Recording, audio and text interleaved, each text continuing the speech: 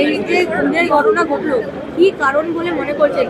দেখুন, এটা তো আনপ্রেসিডেন্টেড, আনপ্রেসিডেন্টেড। কেন কি হয়েছে এটা তদন্ত হচ্ছে, তদন্তকারী সংস্থা তারা বলবে।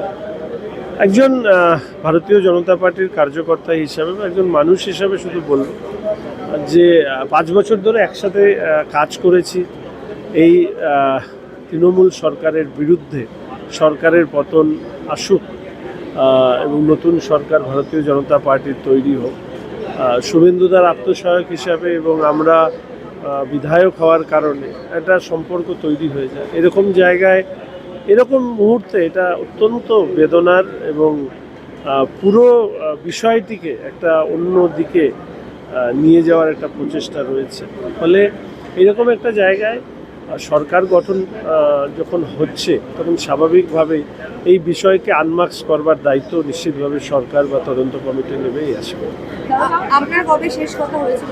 ও তো আমার সাথে ফোনে কথা বলছিল, তখন যখন শ্যুট হচ্ছে তখনও আমার সাথে ফোনে কথা বলছিল। তখন আপনি কি শুনলেন? আমি কিছু বুঝতে পারিনি, আমি শুধু কথা মাঝখানে 2-3 জন একটা ফেইন্ট ভয়েস পেলাম, তারপরে ফোনটা আমি কেটে দিলাম। আমি ভেবেছিলাম যে ক্রস কানেকশন হয়েছে। তারপরে আবার ফোন করলাম, ধরলো না। তারপরে মেসেজ করলাম তোর শরীর খারাপ হয়েছে কিনা, উত্তর দিল না। তারপরে আমি 2-3 বার ফোন করার পরে একজন ধরে আমাকে বললো শ্যুট, ওনাকে গুলি করা হয়েছে। ওর কাছ থেকে জায়গা শুনলাম, বললাম হসপিটালের দিকে। তো আমিও উল্টোডাঙায় ছিলাম, গাড়ি ঘুরিয়ে গেলাম মধ্যমগ্রামের দিকে।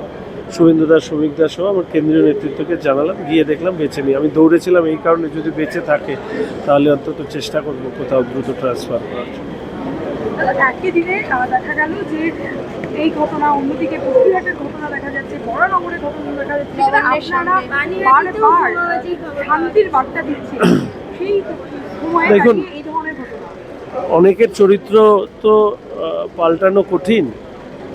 ফলে সেই যারা এই চরিত্রের অধিকারী, এই ধরনের সন্ত্রাস করার ক্ষেত্রে তাদের জামা পাল্টানোর বা এই মানসিকতা পাল্টানোর সময় এখনো মনে হয় তাদের হয়নি।